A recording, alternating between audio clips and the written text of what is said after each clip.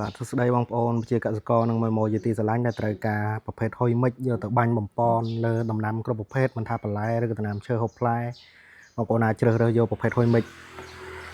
នេះបានណាបងប្អូនបើសិនជាតកតងនឹងដលងវិញបងប្អូនបាញ់ទៅគឺជំនួយដល់ដើមស្លឹកឬមើមធ្វើឲ្យវាចាក់មើមបានល្អមើមធំធ្លុះល្អដើមស្លឹករឹងមាំបងប្អូនប្រភេទហុយមិចនេះគឺល្អមែនតើបងប្អូនអញ្ចឹងបងប្អូនត្រូវការអាចមករកនៅកន្លែង depot ខ្ញុំបានគឺយើងមានលក់ច្រើនណាបងប្អូនយើងមានបោះដុំនឹងរាយផងដែរហើយវ៉ាន់យើងចូលអត់តាន់អស់ទេបងប្អូនអញ្ចឹងបងប្អូនត្រូវការអាចមករកបានហើយប្រភេទ48បោះforward ឈ្មោះវា Forsat មួយកេសគឺតម្លៃត្រឹមតែ$50ជាងទេបងប្អូន50ស្ដើងបងប្អូនគឺធូរមែនតើបងប្អូនត្រូវការយើងមានតម្លៃបោះដុំណាលីពូស៊ីមក៏យើងមានចេះជ្រាបហើយប្រភេទកាជីបអត់ក្លិនក៏យើងមានច្រើនដែរណាបងប្អូន100កេសជាងយើងកាត់មកអញ្ចឹងបងប្អូនដែលត្រូវការ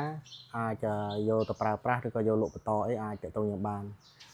យើងមានតម្លៃបោះដុំជូនសម្រាប់បងប្អូនដែលត្រូវការយកទៅលក់បន្តហើយជីក៏យើងមានដែរបងប្អូននេះគឺស្មៅពោតបងប្អូនបងប្អូនដែលត្រូវការស្មៅដាំពោតមានស្មៅច្រើនហើយប្រភេទនេះគឺបាញ់អត់រើសពូជទេពូជពោតណាក៏បាញ់បានដែរបងប្អូនហើយជីរបស់យើងគឺយើងមាន12 3 DAP កែងអ៊ុយរ៉េមានគ្រប់លេខណាបងប្អូន20 20 15តែចូលស្តុកចុងខែ5នេះអាចចូលមកច្រើនពូជពោតពូជអីក៏យើងមានច្រើនណាបងប្អូនអរគុណច្រើនបងប្អូនដែលត្រូវការអាចមករកនៅកន្លែងខ្ញុំបាន